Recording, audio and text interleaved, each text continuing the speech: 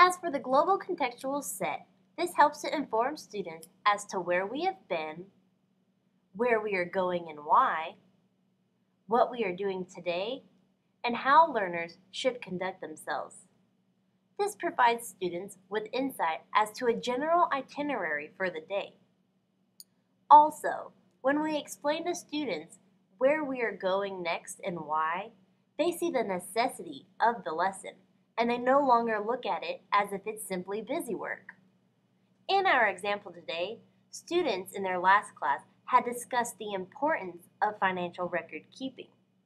Next, they are going to start looking at the different types of financial records because they will all use them at some point in their life. Today, they are specifically going to learn how to correctly write a check. Students will also need to be ready to participate.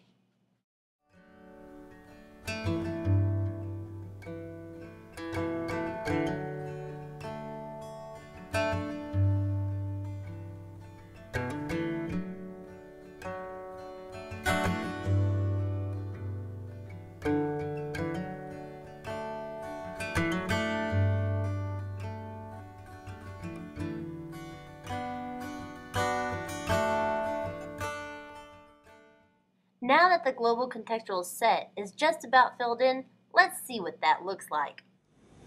Last class, we learned the importance of keeping financial records. Today, we will learn different types of financial records because at some point, we will all use financial records, especially this semester as we conduct our SAE projects. Today, we will learn how to properly fill out a check. Be ready to listen and participate. In the lesson content area, we are first going to write in our objective. This will be the same as the objective at the top of the page. Our objective is that students will write out a check correctly. Our teaching method will be method demonstration. Method demonstrations utilize the concepts of preview, review, and do as the instructional deliveries. This approach benefits student understanding through visualization before hands-on. This could also be referred to as mind before body. In a method demonstration, we need to identify the safety precautions, go over new terms, preview the steps of our method demonstration, go over materials, review the steps with keywords, and then actually do the steps.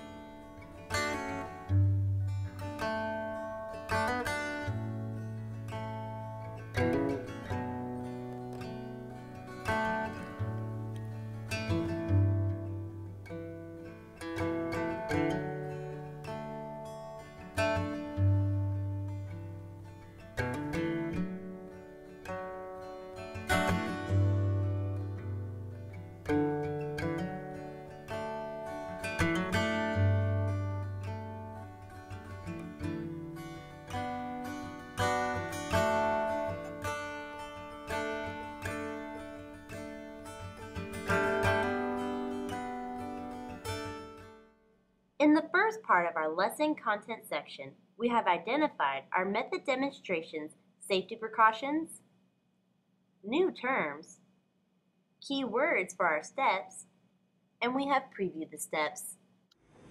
No safety precautions are needed in writing a check. New terms for today's lesson include payable to, numerical amount, written amount, and memo line.